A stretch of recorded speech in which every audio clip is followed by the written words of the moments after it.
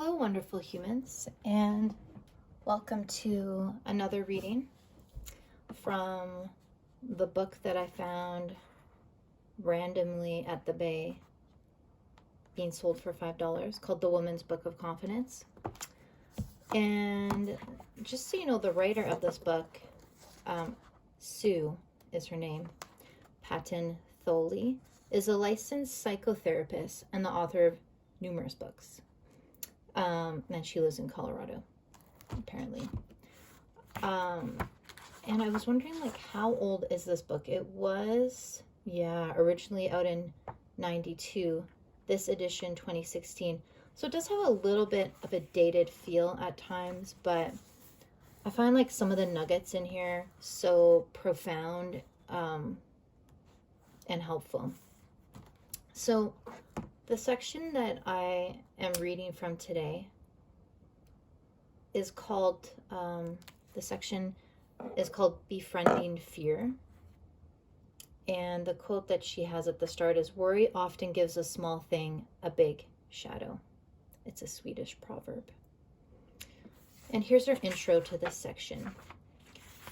One of the hardest tasks in my life is to try to see fear as a positive, growth-producing emotion, rather than something to be avoided at all costs.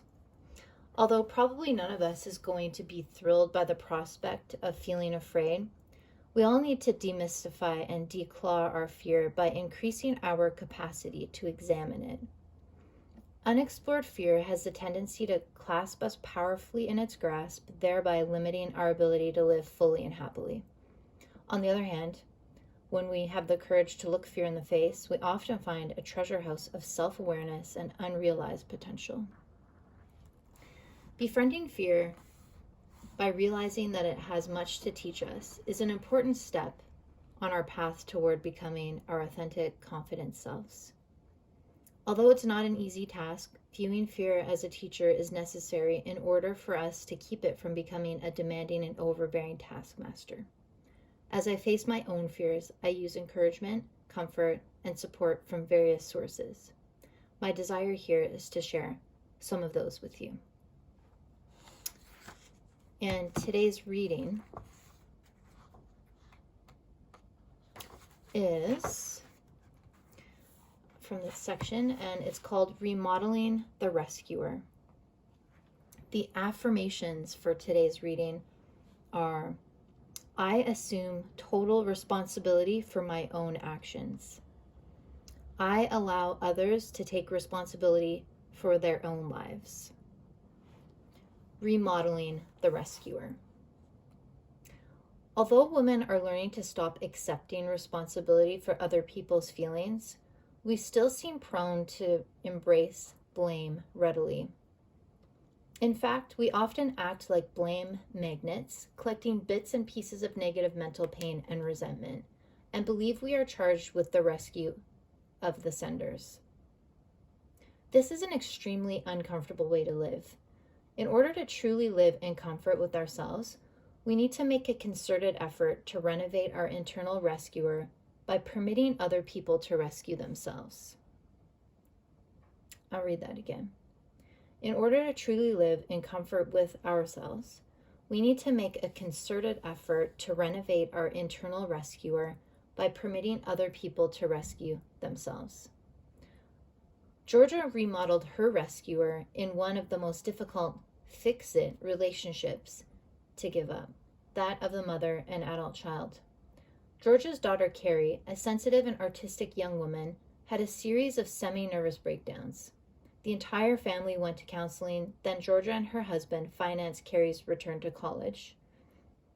When Carrie flunked out of school, her parents hired her to work in their business, but she took advantage of the situation by consistently arriving late, if at all, and not doing the work assigned. Georgia agonized over Carrie's plight. What have I done to cause my daughter's weakness? And made exceptions that she wouldn't have made for a regular employee. The situation got worse and worse.